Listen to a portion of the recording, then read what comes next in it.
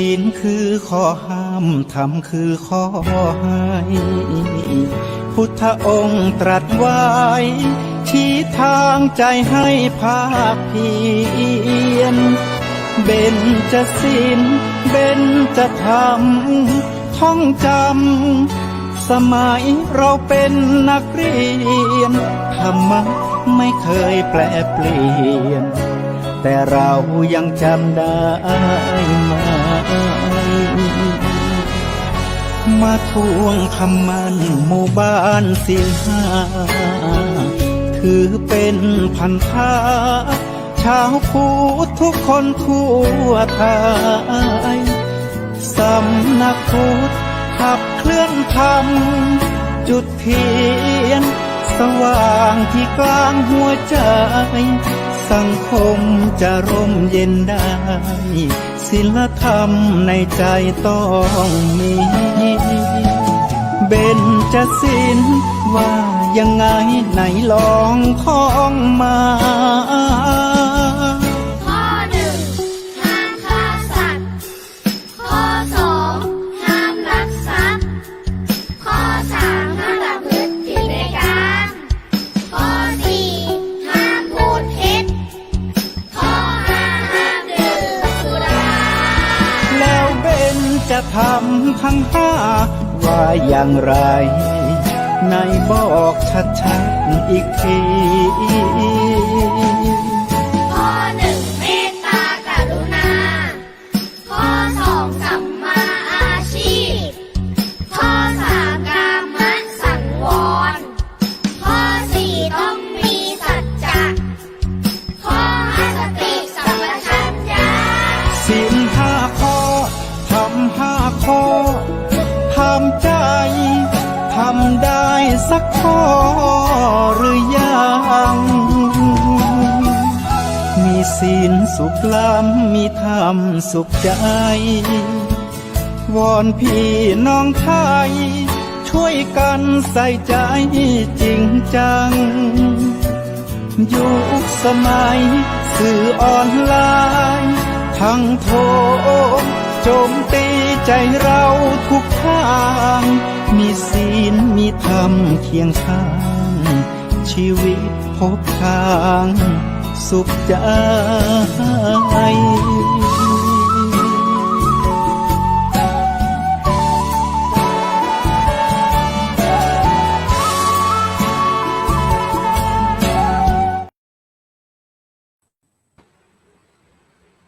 ศีลธรรมนำสุขทุกสมัยเราเป็นไทยเพราะมีธรรมประจำชาติหากไร้ศีลสิ้นธรรมต่ำอำนาจประเทศชาติจะอยู่ได้อย่างไรกันขอกราบพระวธรรมสวัสดีกับบรรดาท่านผู้ฟังและก็ท่านผู้ชมทุกท่านที่กำลังติดตามรายการพิเศษในงานทอดพระป่ามหากุศลโรงพยาบาลสงฆ์แห่งโรงพยาบาลมหาราชนครเชียงใหม่ประจำปีพุทธศักราช 2569 โรงพยาบาลมหาราชนครเชียงใหม่คณะแพทยศาสตร์มหาวิทยาลัยเชียงใหม่ระหว่างวันที่ 9 ที่ 10 ซึ่งวันนี้ก็เป็นวันที่ 8 วันพุธที่ 8 เดือนกรกฎาคมพุทธศักราช 2569 ซึ่งในค่ำคืนนี้ก็ถือว่าเป็นรายการพิเศษอีกรายการหนึ่งที่เราจะได้มาร่วมกันในการที่จะเกี่ยวกับโรงพยาบาลมหาราชนครเชียงใหม่ซึ่งวันพรุ่งนี้เขาจะมีอะไรกันเราก็จะได้ร่วมกันในการที่จะช่วยเสริมเติมเต็มซึ่งในค่ำคืนนี้ก็เลยถือโอกาสเป็นพิเศษก็อาจจะมีทั้ง2ช่องอีก2รายการแต่ในวันคืนนี้ก็ขออนุญาตเป็นพิเศษนะครับซึ่งในค่ำคืนนี้ก็ได้รับความเมตตาจากพระมหาเถระตัวแทนคณะสงฆ์จังหวัดเชียงใหม่นะครับซึ่งก็คงจะทยอยตามกันเข้ามานะครับฉะนั้นก็ ไปที่รูปแรกครับไปที่พระเดชพระคุณหลวงพ่อเจ้าคุณพระสุวรรณเมธีด็อกเตอร์นะครับรองเจ้าคณะจังหวัดเชียงใหม่เจ้าอาวาสวัดพระธาตุสีจอมทองอำเภอจอมทองจังหวัดเชียงใหม่ซึ่งวันนี้ในเมตตาของพระเดชคุณหลวงพ่อพระเทพมังคลาจารย์นมัสการครับหลวงพ่อเจ้าคุณสุวรรณเมธีครับผม ขอถวายความเคารพพระเถรานุเถระจังหวัดเชียงใหม่อันประกอบด้วยพระเดชพระคุณหลวงพ่อเจ้าคุณพระธรรมเสนาบดีเจ้าคณะภาค7เจ้าอาวาสวัดพระธาตุดอยสุเทพราชวรวิหารเดชพระคุณท่านเจ้าคุณพระเทพปริยัติที่ปรึกษาเจ้าคณะจังหวัดเชียงใหม่เดชพระคุณท่านเจ้าคุณพระเทพมังคลาจารย์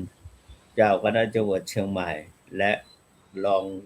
เจ้าคณะจังหวัดเชียงใหม่ตลอดถึงเจ้าคณะอำเภอรองเจ้าคณะอำเภอเจ้าคณะตำบลรองเจ้าคณะตำบลและเจ้าอาวาสพระเถรานุเถระทุกรูป พร้อมขอแสดงความเคารพมายังพระเดชพระคุณท่านเจ้าคุณพระเทพปริยะพระเทพรัตนนายก พระศรีธรรมโสพลเจ้าคณะจังหวัดลำพูนรองเจ้าคณะจังหวัดลำพูนและก็พระเถรานุเถระเจ้าคณะพระสังฆาธิการจังหวัดลำพูนทุกรูปพร้อมกันนี้ก็ยังมีเจ้าคณะจังหวัดลำปางและก็มีจะไปถึงเจ้าคณะจังหวัดพะเยาด้วยในวันพรุ่งนี้ดังนั้นคณะสงฆ์ทั้งสองฝ่าย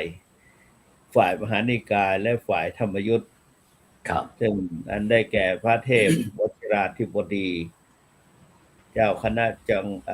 ะภาค6 7 8 6 7เจ้าคณะภาค6 7แล้วก็พระราชวชิรา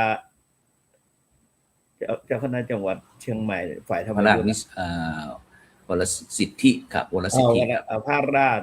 วัชรสิทธิครับผมวรชรสิทธิเจ้าคณะจังหวัดเชียงใหม่ลำพูนแม่ฮ่องสอน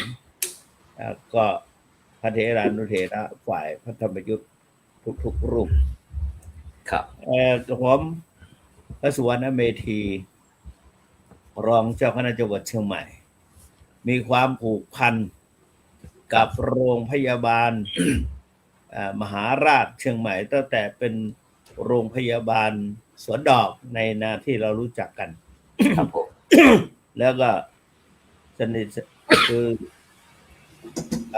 สงฆ์ทุกวันนี้เป็นโรงพยาบาลสงฆ์เชียงใหม่แล้วครับผมมาตั้งแต่ปีพุทธศักราช2514เป็นต้นมาได้เข้ารักษาพยาบาลมาแล้วก็ได้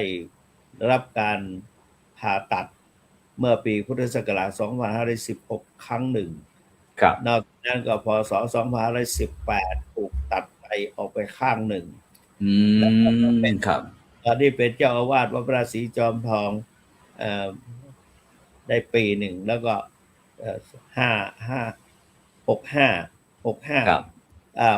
แล้วปี66นั่นแหละ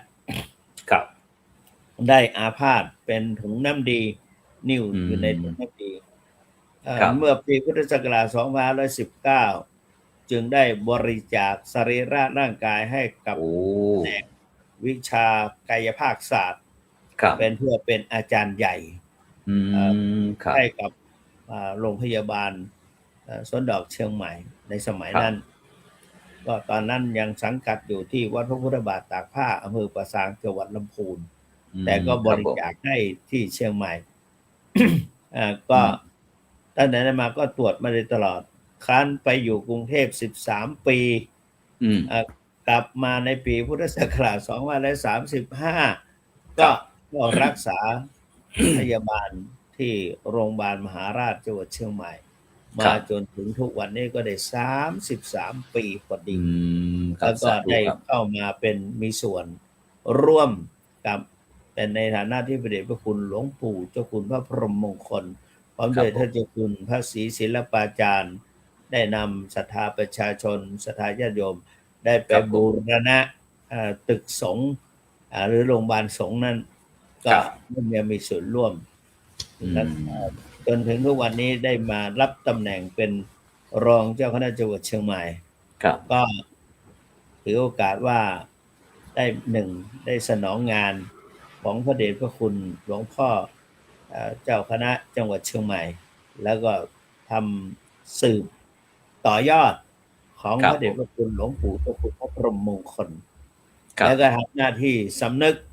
ในรอดชีวิตมาหลายครั้งแล้วก็ ตายหลายครั้ง โอ้ น่าตกอกตกใจตอนที่เข้าห้อง ครับ ผ่าตัด ครับ ก็2 วันติดต่อกันเข้าห้องผ่าตัด ครั ใน บ ครั้งนั้นในครั้งสุดท้ายนี่ครั้งแรกก็ไปตรวจดู ก็ไม่มีมาครั้งที่สองอีกวันหนึ่งก็ผ่าตัดเลยอย่างเงี้ย ครับ ก็อุกอาจรู้สึกว่าเป็นสิ่งที่น่ากลัวเหมือนกันนะครับ น่ากลัวตกอกตกใจ แต่ก็รอดชีวิตมาได้ก็ลำลึกนึกถึงพระคุณ แล้วก็เห็นอกเห็นใจพระสงฆ์ ครับ ที่มาจากทุกทิศสารทิศ ครับผม มารักษาพยาบาล ทั่วประเทศ แต่ว่า ที่ ทางโรงพ ขึ้น ยาบา ทา ล งมาทางเชียงใหม่ โรงพยาบาลเนี่ย ครั ให้ บ ของดีๆบริการของดีๆแก่พระ ครับ สงฆ์ ไม่ได้ปฏิเสธครับ ขอให้เป็นพระสงฆ์ ไม่ อง ได้ ค์ ปฏิเสธ เนรเข้ามาครับ ให้ยาดีๆ ให้ของดีๆ พูด ครับ เพราะ อืม พูดเพราะเขามีหลายคนไปพูดบอกว่าโรงพยาบาลจังหวัดเชียงใหม่นะโรงพยาบาลสงฆ์เนี่ย อืม พูดเพราะมา ครับ แล้วมันหายไปครึ่งเนี่ยหายจากโรคภัยไข้เจ็บ โอ้ เป็นกันเองเอาใจ ครับ เอาใจใส่ให้เกียรติยกย่อง ครับ บางท่านในกราบแทบเท้าเรา ครับ ก่อนจะปฏิบัติเราก่อนจะรักษาพยาบาลเราเนี่ยกราบ ครับ แทบเท้าเลย เราก็ อืม โอ้โหมันไม่ต้องถึงขนาดนั้นหรอกเรา ครับ เรามาหาท่าน ไม่ ครับ ใช่ท่านมาหาเรา แต่ว่าท่านก็บอกว่าเคารพในพระสงฆ์ก็ อืม ทีนี้ในวันพรุ่งนี้ ครับผ ก็ ม จะมีการทอดผ้าป่า ครับผม มหากุศลโดยคณะสงฆ์คณะศรัทธาประชาชนคณะแพทย์พยาบาล แล้วก็เจ้าหน้าที่ทุกฝ่ายในโรงพยาบาลมหาราชน่ะเขาเป็นรับเป็นกลุ่มเป็นคณะจะแห่ขวดทานเข้ามาแห่ต้นเงินเข้ามา และในปัจจุบันนี้ก็รับเป็นออกโรงทานด้วย ครับผม โรงทานเลี้ย อ๋อ เลี้ยงอาหารตลอด อ๋อหมายความว่าที่งานวันพรุ่งนี้มะรืนนี้ เลี้ยงตลอด มีการ ฟรี ออกโรงทานด้วย อ่า ครับตุ และ ลุง โดย เอาอะไร เฉพาะ ออกโรงทานครับตุลุงครับ ก็ผมไม่ได้ไปออกแล้ว แต่ว่าผมเอาตัวผมไป อ๋อ นะ ครับ แล้วก็ สาธุครับ พวกเนี้ย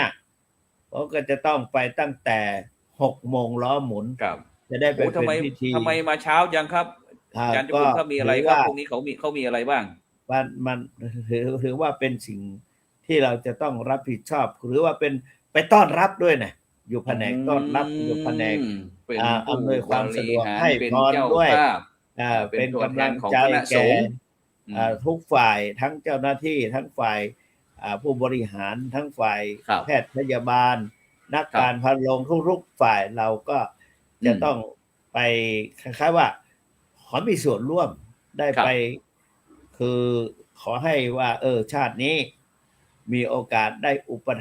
ถัมภ์บำรุงก็ยังมีความเชื่อตามหลักพระพุทธศาสนา ครับ อย่างท่านพระภากุละก็ได้ปฏิบัติรับใช้ภิกษุในอดีตชาติท่านเคยเป็นหมอยาแล้วก็เคยรักษาพยาบาล ตลอดนั้น ตลอด ครับ มาเกิดในชาตินี้ถึงแม้ว่า จะเจอปัญหาที่แปลกประหลาดที่สุดท่านพระภากุละนี่ ครับ แล้วก็ในประเทศอินเดียเด็กที่คลอดใหม่ๆเนี่ยท่านเอาไปอาบน้ำพอดีก็ อืม ถูกปลาใหญ่มาหุบไป ครับ หุบไปแล้วก็ พอดีก็ปลาตัวนั้นก็ผู้มีศีลผู้มีเป็นหน่ออริยะก็จึงเดือดรนลานไปติดฝั่ง ครับ ไปติดตาข่าย เพราะว่าเจาะผ่าท้องดูก็ได้ไปเจอ ครับ เด็ก แล้วก็มีผู้หญิงคนหนึ่งซึ่งไม่มีสามีแต่ไม่มีลูก ไปเห็นเข้าก็เกิดความรักความพอใจว่าเราได้บุตรแล้ว เราได้บุตรแล้วเงี้ยต้องไปขอซื้อต่อมาก็ทราบไปถึงบิดามารดาของผู้เป็นเศรษฐีบิดามารดาไปเจอเข้าก็ไปขอซื้อนางก็ไม่ขายเพราะสุดท้ายก็ ครับ ขึ้นสู่พิ พิจารณาพระราชาตัดสินพระไทยให้ไปอยู่เลี้ยงไปอยู่แบ่งกันเลี้ยงคนละปี ครับ คนละปีก็ ครับ จึงเกิดใน2ตระกูล พอท่าน ครับ อายุ ผม 80 ปีมาท่านก็เลยเบื่อหน่ายเข้าไป ครับ บวชในพุทธศาสนา อายุ160 ปีนะครับ ผม แล้วก็ทีนี้ก็เพราะว่าได้อุปถัมภ์พระพุทธเจ้าตรัสว่าในอดีตชาติท่านก็เป็นอย่างพวกเราท่านนี่แหละ ได้มามีส่วนร่วมรักษาพยาบาลผู้มีศีล ครับ ผู้มีศีลาจริยวัตรผู้ประพฤติปฏิบัติธรรม ใน อืม ปัจจุบันนี้ก็ได้แก่พระสงฆ์สามเณรผู้อาพาธมาจากทิศทั้งสี่ ครับ ทั้งต่างประเทศยังเข้ามารักษาเลยนะ ใช่ใช่ ตั้ง ครับ ใจมารักษาแล้วก็ไปอย่างเงี้ยวัน ค นี้ รับ ก็ถือว่าปีหนึ่งหมดไป40 ล้านนะค่ารักษาพ ที่ ยาบาล ค่าใช้จ่าย ครับ สำหรับถวายพระภิกษุสามเณรที่ในการรักษาพยาบาลใช่ไหมครับ ค่า40 ล้านนะ อืม ได้ยินอาจารย์อะไรนะคุณหมอยุพาหรืออะไรนะอุทาน ครับ มาเมื่อเนี่ยบอกว่า40 ล้านเนี่ยเราก็ไม่ได้ถามท่านก็อุทานขึ้นมา แต่ว่า ครับ ซึ่งเคยได้ยินหลายครั้งแต่ว่าไม่ทราบชัดว่าเท่าไหร่ อืม ว่าจะถามอ ค ยู่ รับ แต่ว่าท่านคุณหมอยุพาอุทานขึ้นมา ครั ว่า บ ท่านอุทานขึ้นมาเราก็จึงรู้ได้ว่าอ๋อตั้ง40 ล้านนะ อืม ก็ ฉะนั้น ดังนั้น ก็โรงพยาบาล เมื่ ม อปี หาราช กาย นครเชียงใหม่ของเราต้องรับภาระตรงนี้ใช่ไหมครับ ครับต้องรับภาระ ฉะนั้น นั่น ก็ แหละ คณะสงฆ์จังหวัดเชียงใหม่ของเรา ก็เล ครับ ยต้องจัดพิธีทอดพระป่ามหากุศลโรงพยาบาลสงฆ์นะครับ ก็ แห่งม เป็น หาครับ ค ป ณะ ระจำปี คณะ ทุก พยาบาล ปีนะครับเนาะ พยาบาล อืม คณะแพทย์ ครั พ บ ยาบาลทุกท่านก็ ครับ ถือว่าเป็นภาระธุระเป็นหน้า ครับ ที่ที่จะต้องอำนวยความสะดวก อืม หลายท่าน ครับ มาบริจาคพวกนี้ก็ผ่านบริจาค ครับ ผ่านอะไรนะ ที่ไอ้นั่นอ่ะ ทางทาง QR code ครับพ่อครับ ถ้า QR code ครับ code QR code เรามีครับตรงนี้วันนี้เรา ได้ ใช้ให้ดูด้วยครับตรงนี้ครับ นี่สมทบ QR code นี่ ทุนนิ สม ธิ ทบได้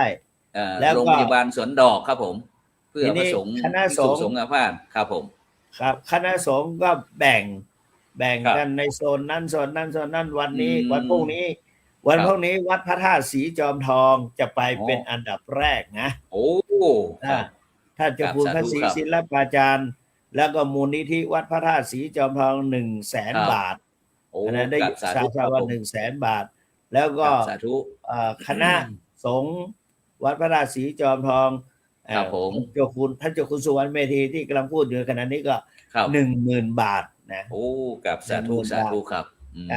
ม เพิ่ง ครับ เพิ่งไปรับเป็นเจ้าภาพ ตัว ครับ ผู้ป่วยนอกของโรงพยาบาลสันกำแพง ครับ 3 ห้องละ100,000 บาทเพิ่ง โอ้ เสร็จไปไม่กี่วันเนี่ย ครับ นะ ผม แต่ว่ายังไงก็ไม่ลืมบุญคุณของโรงพยาบาลมหาราชหรือตึกโรงพยาบาลสงฆ์เชียงใหม่ ครับ ทุกวันนี้ก็ยังไปก็ได้รับความสะดวกทุกอย่าง เพราะฉะนั้น อืม พรุ่งนี้ท่านเจ้าคุณสุวรรณเมธีก็ ครับ จะเขาเรียกว่าดูแลนะ ครับ จะดูแลแทนเจ้าคณะ อืม จังหวัดเชียงใหม่ เพราะว่าในพรุ่งนี้เจ้าคณะจังหวัดเชียงใหม่ตอนนี้ก็อีกวันหนึ่งวันที่10วันเกิดของท่านจะต้องไปที่วัดท่าตอน ครับ วัดท่าตอน แล้วก็เป็นวันใกล้ๆวันสำคัญเช่นนี้ก็คณะสงฆ์ ครับ จังหวัดเชียงใหม่ อืม ฝ่ายเผยแผ่โครงการหมู่บ้านรักษาศีล ครับ 5ก็ ผม จะไปนครปฐมใช่ไหม ครับใช่ครับ นั่นแหละก็พระเถระก็แบ่งกันไป ครับผม เพราะฉะนั้นเราเจ้าคุณสุวรรณนี่ในฐานะที่ก็พอมีโอกาสท่านที่ถามว่าว่างไหมไม่ว่างต้องสอบกรรมฐานทุกเย็นนะครับ วันนี้ก็ไปแป๊บหนึ่งบ่ายเที่ยง ครับ ออกจากวัดพระราชศรีจอมทองไปถึงโรงพยาบาลบ่ายโมงกว่า แล้วก็ไป ครับ ให้ข้อมูลอะไรต่างๆ แล้วเสร็จเรียบร้อยก็รีบกลับมาพอมา ครับ ถึงที่ ผม นี่ก็มาสอบอารมณ์กรรมฐานบ่าย3 โอ้ พอดี กับสาธุ นะ สาธุ ก็ ครับ แล้วก็ขึ้นไปตั้งใจว่าจะไปพักผ่อนท่านพระครู อืม โสพลปริยัติ เรียกโทร ค ไป รับ ปลุกบอกว่ากำลัง เออ จะเข้านอน เพราะว่าพรุ่งนี้จะตื่ คน รับ เช้าจะไปโรงพยาบาล ครับ ไม่ใช่ไปตรวจแต่จะไปทำงานเนี่ย ไปเตรียม ดี ง ใจ านเตรียม ได้ไป เตรียม บริ ต้อน การ รับ อำนวย เ เพราะว่าพระพุทธเจ้าตรัสไว้ในพระไตรปิฎกว่า ว่า ผู้ ยังไงค ใด รับ อุปถากภิกษุผู้เป็นไข้ ครับ ผู้นั้นประดุจอุปถากตถาคตเงี้ย ครับผม ก็มีเรื่องเล่าว่า แต่มี2 ที่ 3 ที่ แต่ว่ามีที่จำได้ที่เคยแปลเป็นหนังสือนะอาตมา ครับ เป็นพระมหาปริญญา7 ประโยค อืม เคยได้แปลมา แปล ครับ จริงๆอ่ะนะครับ ผมว่ายังไงครับ ไม่อยู่ในสามมนก็อยู่ที่ใดที่หนึ่งน่ะ อืม แปลหนังสือ มีภิกษุผู้หนึ่งเป็น ครับ ตุ่มผุพองอ่ะ ตุ่ม ครับ ผุพอง แล้วก็ เป็ มี น น้ำเหลืองน้ำ ฝี หนอง ดาษเป็นอะไรโรค นั่นน่ะแล้วท่านก็นอนไม่มีใครดูแล ครับผม ก็ออกไปบวชไม่มีใครดูแล แล้วพระพุทธเจ้าก็ไปพอไปแล้วก็ไปพอไปเห็นแล้วก็เสด็จไปพร้อมกับพระอานนท์เป็นพระปัจฉาสมณะ ครับ แล้วก็ให้พระอานนท์ไปตั้งน้ำอุ่น อืม น้ำร้อนนั่นแหละ ครับ แล้วก็เอามากรรมวิธีรักษาบางคนไม่รู้ก็จะไปดึงออกก็ เละเลยนะผ้าจีวรกับเนื้อตัวเนี่ยมันติดกันไปแล้ว เพราะว่าท่านเนื้อตัวท่านเละอะ อืม เป็นตุ่มเป็นผุพองเหมือนกับเราเป็นสมัยก่อนนะเป็นเขาเรียกว่าฟีบดาบนะเนาะที่แข้งขาเรานี่จะเป็นรอย ครับ ตะปุ่มตะปั่มเหมือนกับหัวน็อต ครับ นั่น ผ แหละ มครับ นั่นแหละแล้วก็ปัจจุบันนี้มันก็หายไป แล้วก็ ผ้าติดอ่ะ แล้ววันนี้ ครับ ไม่เข้าใจก็ดึงออกแล้วก็แผลก็เวอะหวะ ครับ พระพุทธเจ้าก็ให้พระอานนท์ค่อย อืม ๆเอาน้ำอุ่นนั่นแหละ ครับ ชุบเอาผ้าอีกผืนหนึ่งจุ่มน้ำอุ่นแล้วก็ค่อยๆให้ผ้า ครับผม ผืนที่มันติดกับแผลนั่นน่ะ อืม ให้มันเปียก ครับผม แล้วให้มันค่อยๆดึงออกเขาเรียกว่าลืบออก แล้วก็ ครับผม สะน้ำบางๆ แล้วก็ใช้ อืม ผ้าอุ่นผ้านุ่มๆเช็ดเงี้ย ครับ แล้ว ผ ก็ ม ทาด้วยยาแล้วก็หาผ้าใหม่ ครั มา บ ใส่ให้ อืม จนพระรูปนั้นผ่อนคลาย แต่ท่านก็ไม่รอดนะท่าน อืม ท่านอาพาธหนักขึ้น ครับผม ไม่สามารถจะทนต่อบาดพิษแผลพระเจ้าก็สอนให้มานำมาพิจารณา ครับ เอาวิกฤตเป็นโอกาส เอาอาพาธมาเป็นอุปกรณ์เจริญเป็นกรรมฐานภาวนาเพราะสุดท้ายท่านก็เวทนาไม่มาก เวทนาไม่กล้า ท่านก็ ครับ สามารถเจริญตามนั้น ก็ได้สำเร็จเป็นพระอรหันต์ นะ สา อัน ธุ นี้ก็ สาธุ ในที่ได้แปลหนังสือมา ครับ เมื่อกี้ยัง นี่ คุยกับท่านพระครูประหลัด ผมเคยแปลอย่างนี้นะว่างี้นะ ครับผ เพราะ ม ฉะนั้นท่านสาธุชนทั้งหลายพวกนี้มีโอกาส แล้วก็คณะสงฆ์จังหวัดเชียงใหม่นี่คณะสงฆ์วัดพวกนี้วัดพระสิงห์ก็จะเข้าเป็น ครับ ท่านพระครูวิทิศาสนาธรได้ ครับ บอกแล้วว่าจะ ครับ คณะสงฆ์ เพราะว่าพวกนี้เป็นของคณะสงฆ์อำเภอเมืองครับพวกนี้นะ คณะสงฆ์อำเภอเมือง ครับคณะสงฆ์ จะ อำเภอ ตั้ง เมือง ขบวนที่วัดพันเสาใช่ไหม ครับ ตอน วั นี้ ดพันเสาอ่ะ เคยหลวงพ่อเจ้าคณะตำบลมาแล้ว ตอนนี้นะครับ ท่านอาจารย์พระครูธีระสุตพจน์นะครับนี่มาแล้วครับนมัสการครับ แล้ว ครับไปสายครับผม นี่วันพรุ่งนี้ผมจะไปเอาซองอันของพิการ ผ้าป่า คนพิการผมว่า ครับผม โอ้ทำบุญเยอะนะครับ ในพวกนี้เป็นของอาจารย์ท่านพระครูธีรสุตพจน์จะไปรับซอง นอกจากไปช่วย รับ แล้ว ซอง นั่นก็สนุกเชียวละพวกนี้รักษาไข้ ครับ ครับ ต่อไป รั แล้ ก วก็ สัง จะปกติทุกอย่าง หู ครับ ตาอะไรต่างๆ แล้วก็จะสมบูรณ์ สุขภาพ ครับ ก็สมบูรณ์บุญ ครับ ผลเราช่วยกันรักษาพยาบาล นี่ท่านพระครูธีรสุตพจน์ขอนิมนต์ค่ะ ครับ ครับ บนท่านอาจารย์ได้ทักทายครับผม ครับกราบไหว้สาหลวงพ่อเจ้าคุณพระสุวรรณเมธีครับที่เคารพอย่างสูงครับผมแล้วก็ขอท่านดีท่านพระครูโสพลปริยัตินะครับ แล้วก็ท่าน ครับ พระเถรานุเถระครูบาอาจารย์ทุกรูปทุกองค์ญาติโยมทุกท่านที่รับชมรับฟังอยู่นะครับ ครับ ครับ อืม ก็ ครับจะได้ เป็นสังฆังสารนังคัจฉามิครับ ครับผม พระสงฆ์เป็นสรณะที่พึ่งของญาติโยมเดี๋ยวนี้นอกจากที่พึ่งทางธรรมคือการแนะนำปรึกษาให้กรรมฐานแล้วญาติโยมก็มองว่าหลวงพ่อครูบาอาจารย์ตนเมตตาเนี่ยเป็นสื่อกลางในการที่จะช่วยบอกกล่าวข่าวบุญกุศลให้กับศรัทธาญาติโยม ครับ เพราะว่า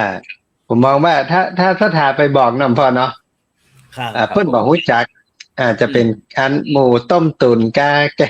แกงอะไรอย่างการมาหลอกลวงเอาโรงเรียนมาอ้างเอาวัดมาอ้างแล้วไปขอบริจาคแต่พอไปขอเมตตาจากหลวงพ่อหลวงพ่อบอกบุญให้แล้วหลวงพ่อบ่ใช่ว่าบอกบุญแล้วของเขามานะหลวงพ่อก็เอาปัจจัยนั้นมาแล้วก็มอบให้กับโรงเรียนเพื่อให้เห็นว่านี่คือชัดทางที่ไปถึงโรงเรียนแต่ช่วยละอ่อนที่หลวงพ่อครับถ้าเรามองว่าความเจ็บป่วยไม่สบายเนาะคือสิ่งที่เราไม่ปรารถนา แต่เขามาแน่ใจว่าจะเจ็บป่วยก่อเพราะฉะนั้นสิ่งพระมหาเถระนอกจากหลวงปู่แหวนหลวงปู่หนูในยุคปัจจุบันเราก็มีหลวงปู่ทองในวันที่หลวงปู่ครูบาอาจารย์ปรารภว่ามันเมื่อมันเป็นโรงพยาบาลสงฆ์เนี่ยมันก็ควรจะเป็นเหมือนวัดหนึ่งแต่เป็นวัดสำหรับดูแลการเจ็บไข้ได้ป่วยของภิกษุดังนั้นหลวงปู่จึงมีปรารภนะครับแล้วก็อู้จ่ากับคณะครูบาอาจารย์ซึ่งตอนนั้นก็มีท่านอาจารย์หมอบรรณกิจเนาะก็มองว่าก็ทำแบบวัดเลยเขาจะว่าคุณหมอจะปรับปรุงอย่างประตูการหน้าต่างการเตียงการเครื่องช่วยหายใจการและตอนนั้นคือว่าหลวงปู่ไปอู้ให้โยมฟังเนาะและโยมก็มึงดูว่าเอาปัจจัยถวายหลวงปู่20 ล้านเลยนั่นใช่ไหมครับยังจำได้เนาะและอันนั้นครับเป็นภาพไม่เห็นว่าหลวงปู่ทำไม่เห็นว่าเงิน20 ล้านที่ถวายหลวงปู่เนี่ยเปิ้นบักเก็บแม้กระทั่งบักเก็บไว้แม้กระทั่งคือผ่านวันผ่านคืนผ่านเดือนหลวงปู่แจ้งกับโรงพยาบาลเลยว่าหลวงปู่พร้อมกับเจ้าของปัจจัยจะนำปัจจัยนั้นมามอบให้กับโรงพยาบาล20 ล้านเพื่อซื้อเครื่องฟอกไตห้องฟอกไตมอบให้กับโรงพยาบาลเนี่ยทำให้เห็นเลยว่าสังฆังสรณังคัจฉามิโยมปฏิบัติและเลื่อมใสหลวงปู่นะและยิ่งหลวงปู่ทำให้เห็นว่าทรัพย์นั้นกลายเป็นอริยทรัพย์กลายเป็นทรัพย์อันประเสริฐแล้วได้หลวงปู่ได้นำมามอบถวายให้กับที่นี่แล้วก็หลวงปู่จากไปโยมจากไปแต่เครื่องมือนั้นยังช่วยชีวิตพระเถรานุเถระมาจนถึงปัจจุบันครับพระครูโสพลก็ได้ครับอานิสงส์ตรงนี้เหมือนกันครับ VIP นะครับฉะนั้นก็ขอแจ้งประชาสัมพันธ์น้อยหนึ่งนะครับก่อนที่เขาจะได้นิมนต์ทั้ง2 รูปเลยคือวันพรุ่งนี้ก็เวลาตั้งแต่9 โมงเกินเป็นต้นไป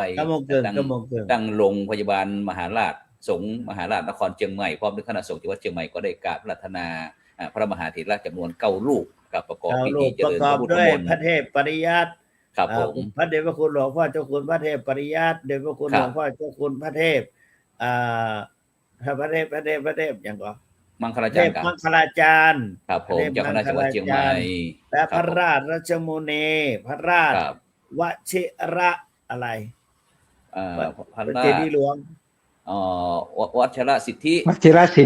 ครับวชิระสิทธิแล้วก็มีครูบาจันตะรังสีท่านพระครูวิทิตศาสนาธรแล้วพระครูปริยัติเนี่ยเหรอกิจจาภิวัตรครับผมแล้วก็ใครแถมนะฮะเจ้าตะปูนแถมลำปูนพระโสพลศรีธรรมโสพลศรีธรรมโสพลครับรองเจ้าคณะจังหวัดลำปูนครับผม9 ตนนี่ก็องค์กันเจริญพระพุทธมนต์นะครับเสร็จแล้วก็จะมีการถวายจริงมีเจ้าคุณพระสุวรรณเมธีตัวนะครับจังหวัดขอลงมาอยู่ทั้งลุ่มสละสิทธิ์เป็นเจ้าภาพมาเจ้าสละสิทธิ์ขอลงมาอยู่ตั้งลุ่มมันรับพรโดยเฉพาะแล้วมาทำหน้าที่มาเป็นเจ้าปอนเป็นเจ้าปอนครับผมแล้วก็พระสิงห์เนี่ย5 รูปครับผมพระปอนมีหลายรูปยืนพื้นพระครูวิทิตศาสนาธรพระครูปริยัติครับแล้วก็จะนั้นต่อในช่วงเจ้านะครับน้องนี่เนาะจะถวายพระทหารเพลเจริญพุทธมนต์แล้วก็ในช่วงบ่ายนะครับช่วงบ่ายตั้งแต่เวลา 13 นาฬิกาเป็นต้นไปนะครับหน่วยงานต่างๆคณะแพทยศาสตร์นะครับพร้อมถึงคณะสงฆ์นะครับ อำเภอเมืองเชียงใหม่นะครับก็จะได้แห่ควากินควาตานต้นเงินต้นทองนะครับพรุ่งนี้นะครับตั้งแต่เวลาบ่ายโมงเป็นต้นไปซึ่งเราก็จะมีการไลฟ์สดให้กับบรรดาท่านผู้ฟังท่านผู้ชมนะครับได้ติดตามทางFacebook ทาง YouTube แล้วก็สถานีวิทยุเครือข่ายคลื่นสีขาวชาวประชา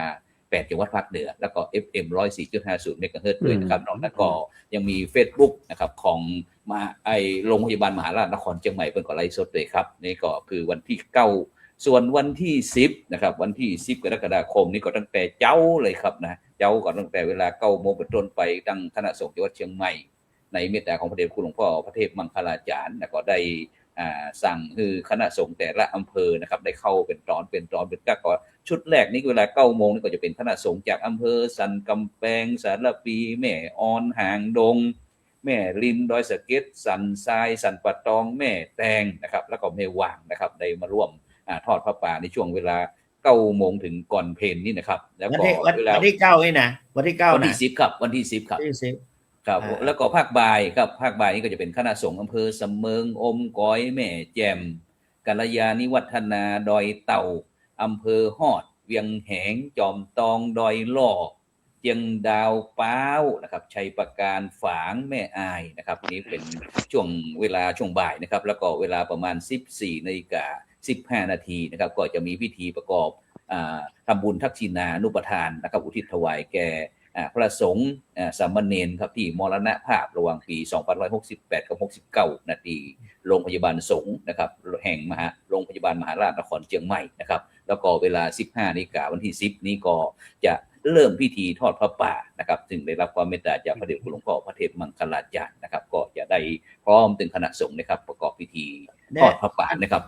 ครับผมวัดพระธาตุดอยสุเทพโอนมาแล้ว 100,000 บาทครับสาธุครับแล้วนี่ก็สดล่าสดนะครับจากคุณพัชรานะครับอุบลศรีนะครับที่ปรึกษาประธานมูลที่โรงพยาบาลสวนดอกนะครับแล้วก็คุณวราพรชื่นจงกลกุลนะครับผู้จัดการมูลนิธิโรงพยาบาลสวนดอกร่วมรับมอบเงินบริจาคจำนวน 1,500,000 นะครับ 10,000 บาทจากไหนจากคุณโยมไพรัตน์นะครับคุณพานนินีนะครับ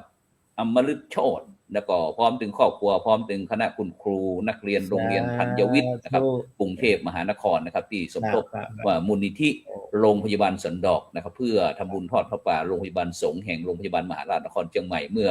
วันที่6 กรกฎาคมที่ผ่านมานะครับมีท่านรองศาสตราจารย์นายแพทย์ณัฐพงศ์นะครับโคชุนหานันท์นะครับรองที่การบดีด้านบริหารทั่วไปนะครับพร้อมถึงคณะใดเป็นผู้รับมอบนะครับ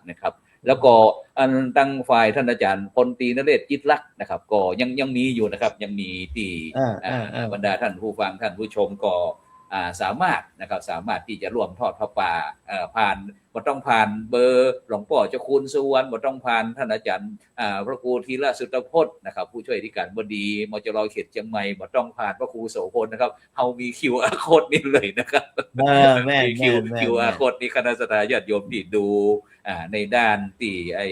ทีวีออนไลน์ก็สามารถสแกน QR code นี้ได้เลยนะครับหรือว่าบรรดาท่านผู้ฟังท่านผู้ชมที่สามารถฟังทางวิทยุได้นะวันพรุ่งนี้ก็ไปร่วมบริจาคเพราะเปิ้นก็จะมีใบอนุโมทนาพร้อมเลยครับฉะนั้นมูลนิธิวัดพระธาตุสีจอมทองก็ไป 100,000 ครับ 100,000 บาทนะครับแล้วก็หลวงพ่อเจ้าคุณพระสุวรรณเมธีดรอีก 10,000 บาทนะครับจากนั้นท่านอาจารย์พระครูที่เราสุทธพจน์กับดรครับแต่ก่อนนี้ได้ยินข่าวว่ามารักษาการเจ้าอาวาสวัดปันเสาครับได้แต่ก่อนนี้คณะสงฆ์เฮามีความวัตถุประสงค์จะได้ของครับในที่เฮาสร้างวัดปันเสาที่อยู่ใกล้กับโรงพยาบาลนะครับมีวัตถุประสงค์อะไรอย่างครับผมเจตนาคืออยากจะให้เป็นที่พักของพระสงฆ์ที่เดินทางมารักษาตัวที่โรงพยาบาลแต่ยังไม่ได้เข้าพักครับหรือว่าคุณหมอนัดแห่งวันนึงแต่วันนี้มาก่อนเนี่ยนะก็ไปพักที่วัดปันเสาได้ครับแต่ว่าปัจจุบันนี้เนื่องจากว่าที่ผ่านมาเนาะเนี่ยต้องยอมรับอันหนึ่งพอมีข่าวว่าที่นี่รองรับพระที่มารักษาตัวบางคนอาศัยช่องนี้ครับหลวงพ่ออ้างว่ามารักษาตัว แล้วก็มาพักระยะยาวมันยอมไปเออยึดห้องเลยมาไม่ได้กับว่าผมมาหาหมอนะเมื่อยตลอดในที่สุดแล้วก็เลยต้องไปเอาเรื่องนะครับไปอู้กับโรงพยาบาลสุดก็โรงพยาบาลก็เลยได้บอกว่าถ้าสมมติว่าท่านมารักษาตัวแต่ยังมีใบนัดจากแพทย์ให้ท่านมาติดต่อโรงพยาบาลจะตรวจสุขภาพแล้วออกใบนัดแล้วก็ค่อยนำใบนั้นเอาไปยืนยันที่วัดเพื่อขอเข้าพักอันนี้จึงอันหนึ่งเห็นไหมหนึ่งก็คือมีใบนัดจากโรงพยาบาลแล้วก็นำใบนัดนั้นไปยื่นที่วัดเพื่อที่จะขอเข้าพักนี่ก็ปัจจุบันนี้จะเป็นอย่างนี้ครับและการแนวทางของวัดปันเสานี่มีแหมชื่อหนึ่งครับหลวงพ่อครับว่าจะได้อโรคยารามโครงการพัฒนาวัดปันเสาให้เป็นอโรคยารามเป็นสถานที่ในการที่จะรักษาเยียวยาจิตใจของผู้คนเพราะว่าเป็นวัดปันเสาเนี่ยนะครับทางด้านเหนือเป็นโรงพยาบาลเอกชนทิศใต้เป็นโรงพยาบาลสงฆ์โรงพยาบาลมหาราชของมหาวิทยาลัยเชียงใหม่เนาะอันนั้นก็เลยว่าเรามีสถานที่รักษาร่างกายเนี่ยสองฝากของวัดอันนั้นในนามของคณะสงฆ์ในนามของศรัทธาญาติโยมเนี่ยจึงอยากจะเอาวัดปันเสาขึ้นมาในแนวทางที่ชัดเจนว่าเป็นสถานที่รักษาใจในเบื้องต้นนอกจากเป็นที่พักแล้วในอนาคตจะมีเรื่องของการเป็นสถานที่ในการที่จะเป็นที่ปฏิบัติธรรมครับเป็นสถานที่ปฏิบัติธรรมโดยคำประครับด้านที่สองก็คือเป็นแหล่งศึกษาเรียนรู้ภูมิปัญญาท้องถิ่นตัวครับเป็นแหล่งบริการวิชาการทางด้านภูมิปัญญาเกี่ยวกับการดูแลสุขภาพเกี่ยวกับเรื่องของศิลปวัฒนธรรมในนามของวัดในนามของคณะสงฆ์และก็ในนามของมหาวิทยาลัยครับครับผมนี่แล้วก็มันมีแหมงานหนึ่งครับอาจารย์พระครูธีระสุทธพจน์ครับนี้ครับ เสริมน้อยหนึ่งเพราะว่าวันพรุ่งนี้เป็นวันแรกนะครับของการพิธีทอดพระป่านะครับมหากุศลโรงพยาบาลสงฆ์แห่งโรงพยาบาลมหาราชนครเชียงใหม่คณะแพทยศาสตร์นะครับมหาวิทยาลัยเชียงใหม่นะครับที่ได้มองหันถึงเรื่องการสุขภาพผสมนะครับฉะนั้นก็แม้แต่งานทอดพระป่านี่ก็ยังมีงานที่ลงทะเบียนทับวัคซีนป้องกันไข้หวัดใหญ่อาจารย์พระครูธีระครับฉีดยาฟรีครับครับเนี่ยจะไหนครับช่วยประชาสัมพันธ์อันนี้จะต้องครับอันนี้จะต้องลงทะเบียนในใบลงทะเบียนนี่จะมี QR code ไปจองก่อนเหมือนว่าฉีดวันละ100 รูปครับหมายความว่ามีโควต้าเฉพาะวันมีโควต้าเฉพาะครับผมแต่ต้องไปลงทะเบียนก่อนแล้วก็เอาใบที่ลงทะเบียนนั้นไปรับวัคซีนครับผมไปวันนี้เปิดชวนฉีดเพราะว่าวันนี้ฉีดพอดีเลขาผมเพิ่นบอกว่าผมยังบอกครบปีเตื้อฉีดจริงใจท่านพระครูปราศสุวัฒนมงคลสิทธิคุณบอกว่าตุลุงก็หาผู้หนักกว่าจะครบเดือนพฤศจิกาบุญแล้วเพิ่นมือฉีดซ้ำครับต้องค่อยรอบกันครับเดี๋ยวขอแก้ข่าวนี้ทางวัดพระธาตุเนี่ยเปิ้นรวมกันแล้ววันพรุ่งนี้ท่านเจ้าคุณพระศรีศิลปาจารย์จะนำไปแล้วก็มีคุณแม่ชีกนกศรี 15,000 บาทแล้วมันมีหลายหน่วยครับหลายหน่วยที่เปิ้นบริจาคกันแล้วมันก็ยังเอารวมกันไว้ที่เคาน์เตอร์อาคารเพื่อธรรมอยู่แล้วก็วันพรุ่งนี้ท่านเจ้าคุณพระศรีศิลปาจารย์เที่ยงนะเพื่อจะไปเนาะเที่ยงเพื่อจะออกไปนะอันนี้ไม่ใช่มา10,000เดียวนะไปหลายอยู่หลายของหลายของหลายรอบหลายคณะสมณะสัทธามหาวิทยาลัยจะไปพร้อมกันเพราะผมถึงเอามามอบเพื่อเปิดก่อนครับผมเพราะนิมนต์ท่านพระครูปลัดไปรับมาก่อนกลัวลืมเพราะว่ามันมีหลายอย่างหลายกองกองด้วยก็นั่นแหละที่การเรียนท่านพระครูธีระสุทธพจน์ว่าผู้ใหญ่บอกเมื่อเพราะว่าปีแล้วนี้รวมยอดของเงินผ้าป่าทั้งหมดทั้งมวลนั้นได้12 ล้านนะครับปีที่แล้วครับ12 ล้านบาทนะครับ12 ล้านบาทนะครับซึ่งก็จะกปที่อันเข้าไปช่วยซับ โรงพยาบาลมหาราชนครเชียงใหม่ของน้อยหนึ่งครับเพราะว่าเป็นรายจ่าย 40 ล้านได้ 12 ล้าน ครับใช่ปีแล้วได้12 ล้านฉะนั้นมหาลัยเชียงใหม่ก็ต้องหา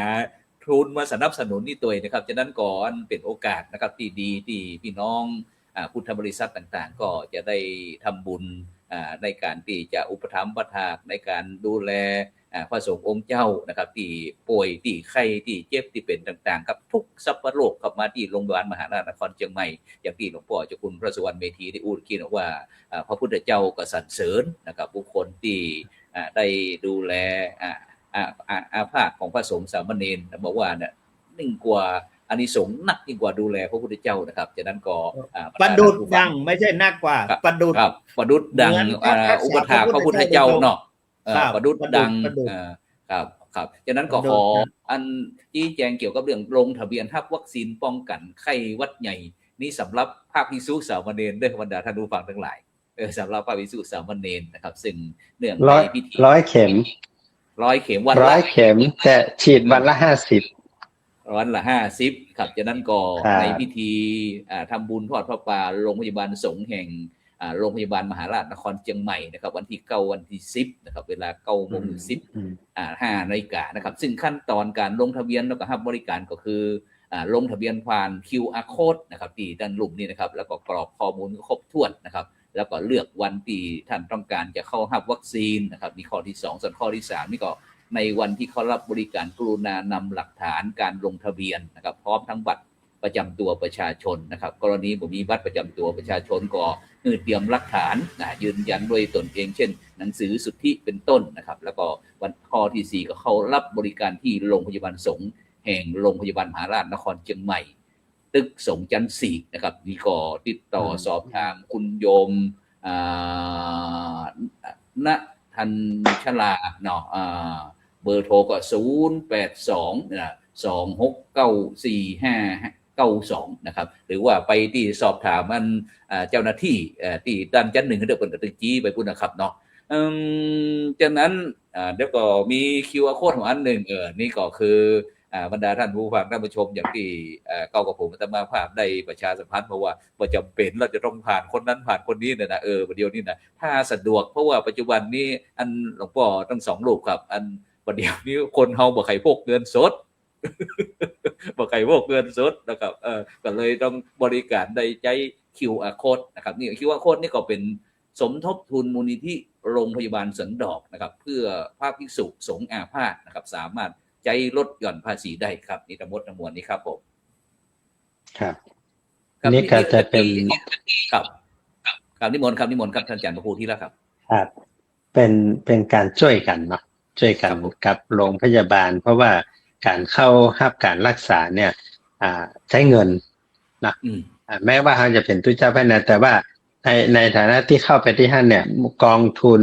ดูแลพระสงฆ์อาพาธเนี่ยก้อนนี้ก็จะเป็นก้อนแรกในการที่จะเป็นค่ายุกค่ายาค่าหมอค่าอย่างต่างๆนี้นะครับ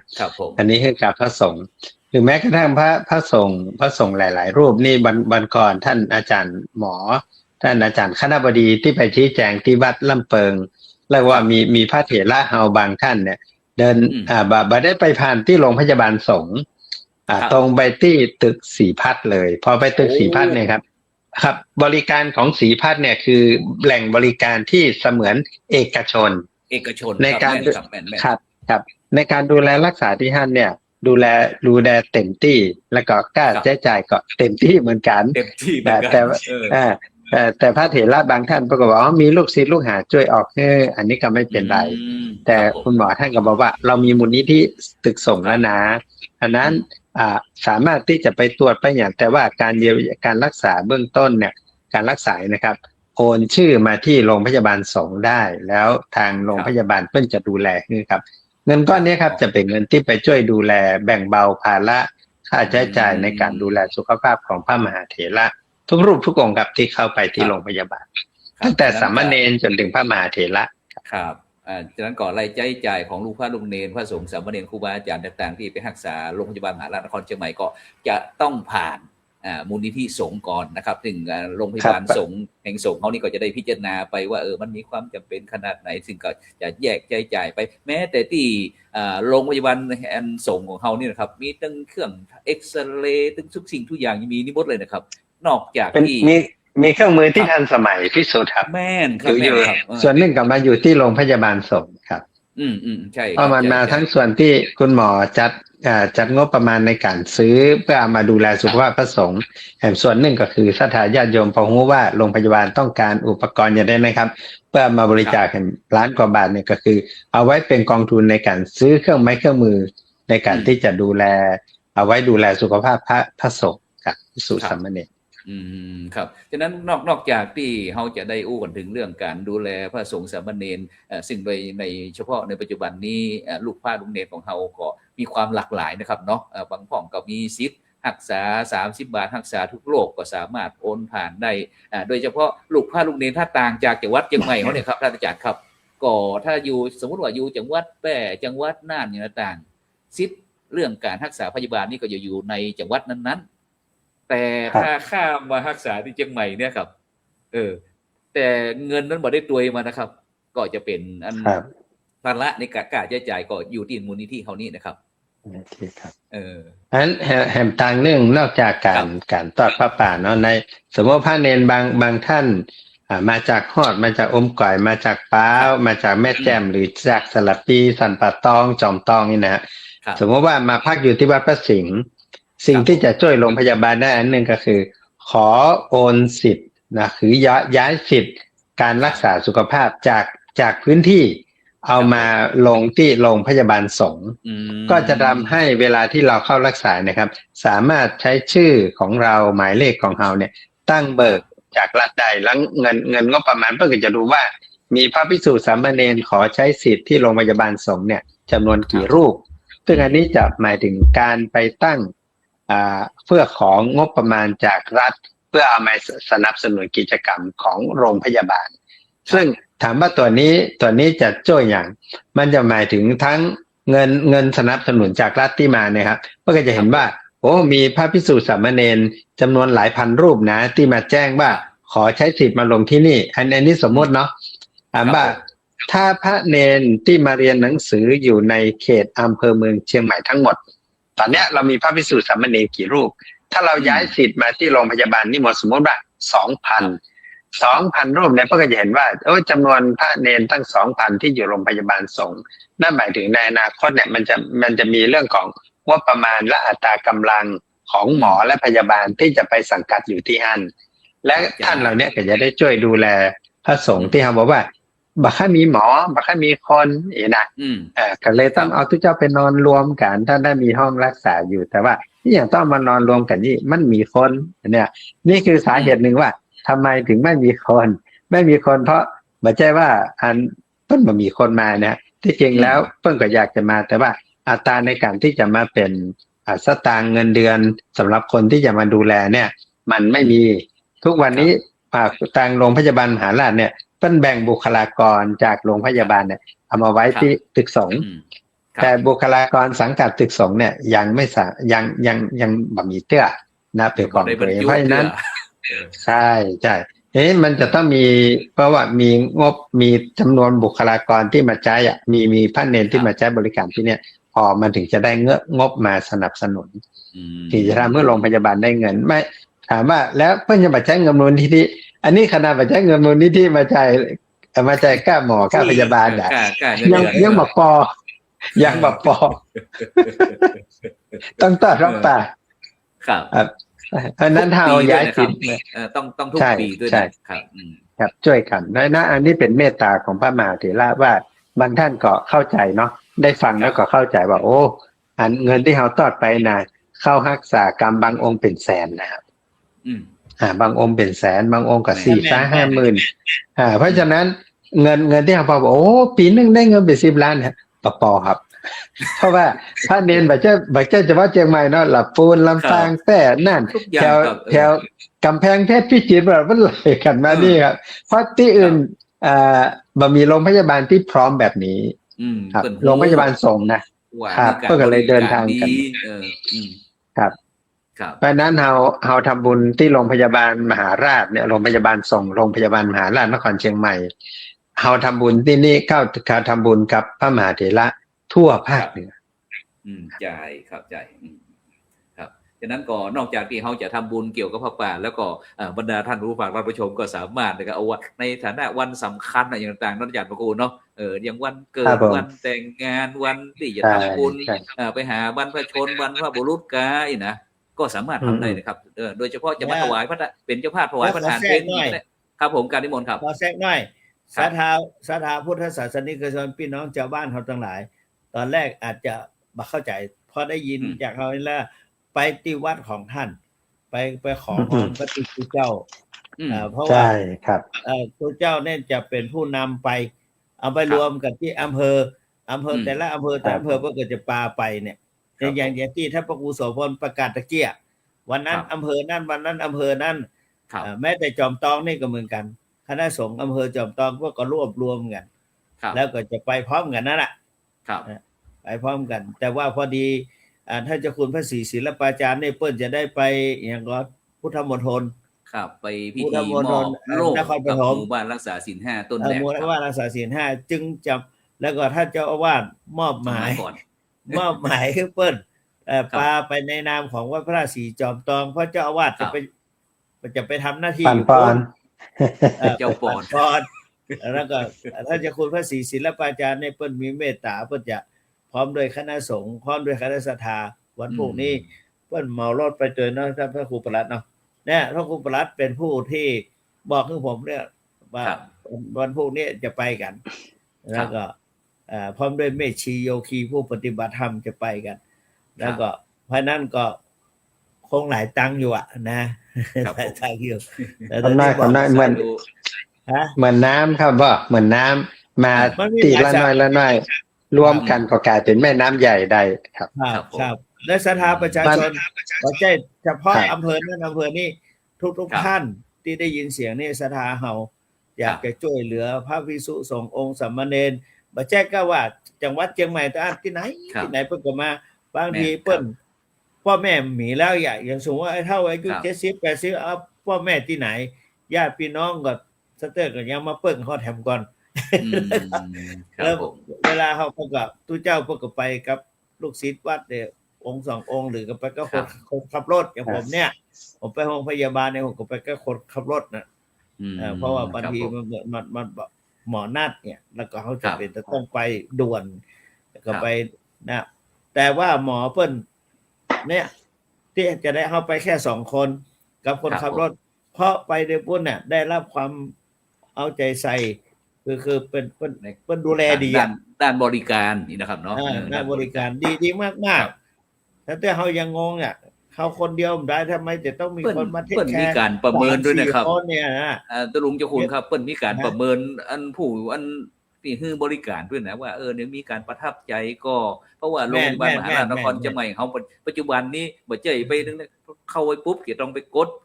ลำดับเบอร์เสร็จแล้วก็เขาสแกน QR Code ว่าเขารับบริการแล้วก็ไปวัดเรื่องความดันเองแล้วก็จั่งน้ำหนักเองความสูงอย่างหมดนะครับเดี๋ยวนี้พระสงฆ์เจ้าเขาก็ต้องเรียนรู้เหมือนกันครับบ่ใช่ก่อนนะครับผมเพราะฉะนั้นศรัทธาญาติโยม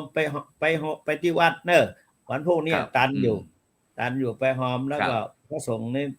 ตอนบ่ายก็จะไปกันละครับเพราะว่าถ้าเหมือนนัดจะครับหลวงพ่อเจ้าคุณครับก็จะมาเป็นน้ำลดอตนเหมือนกับน้ำปิงเฮานอง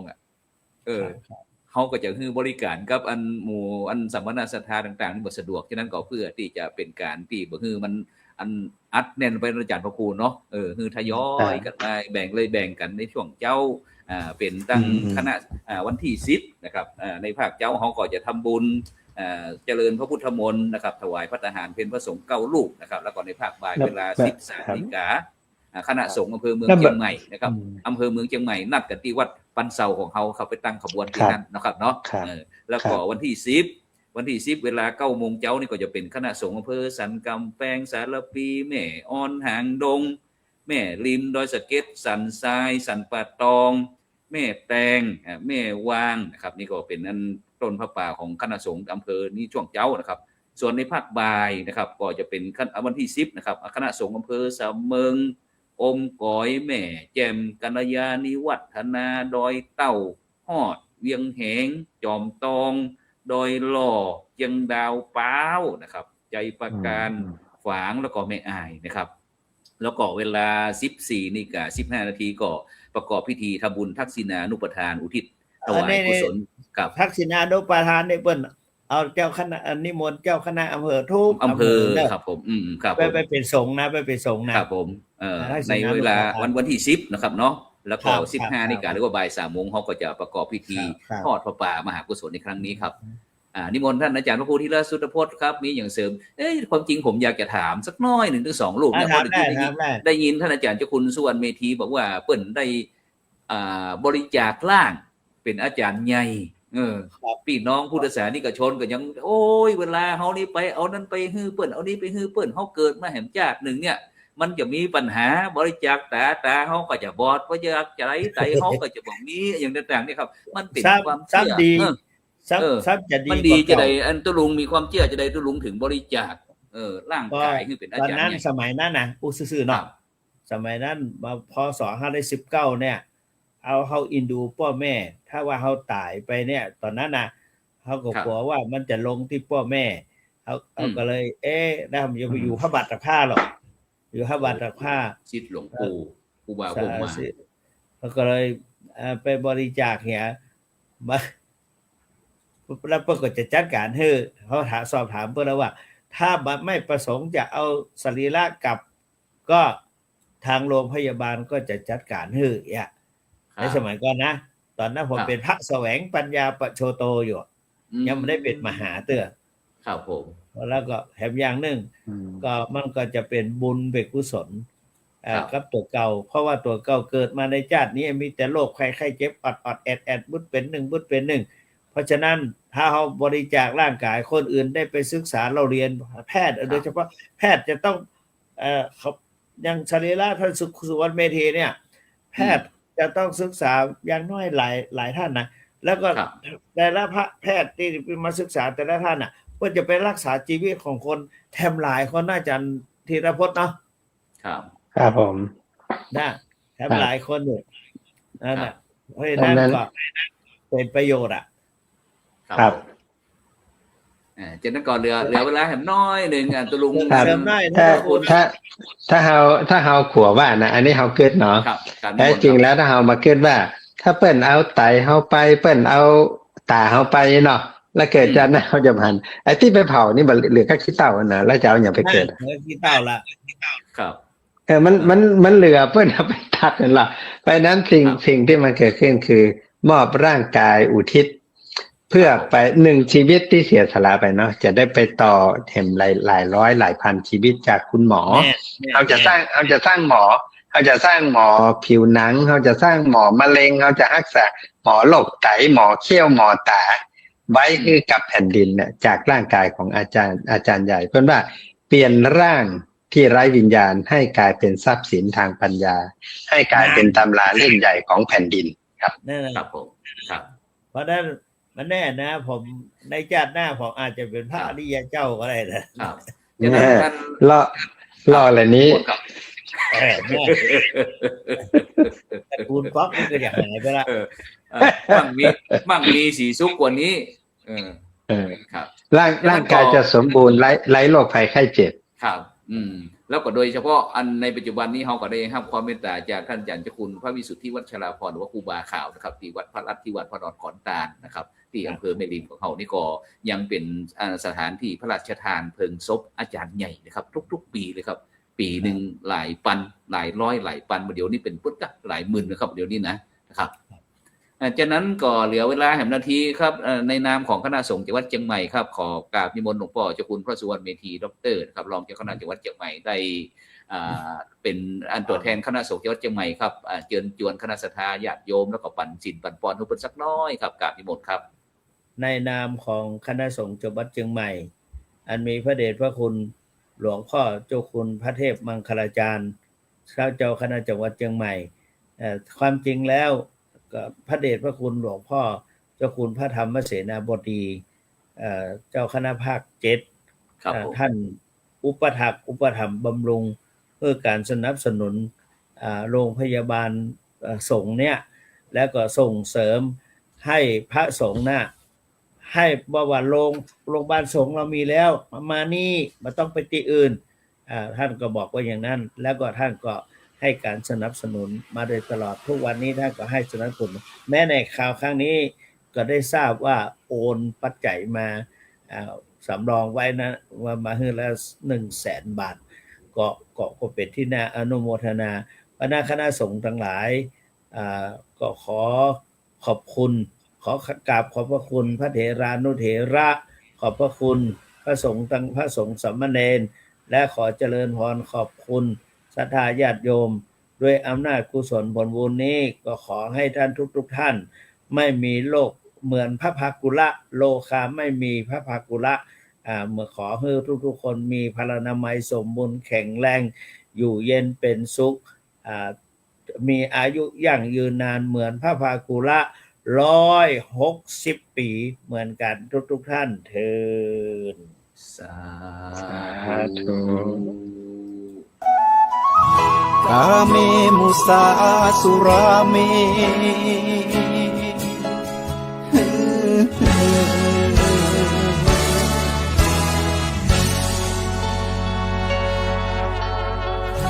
ศีลคือข้อห้ามธรรมคือข้อ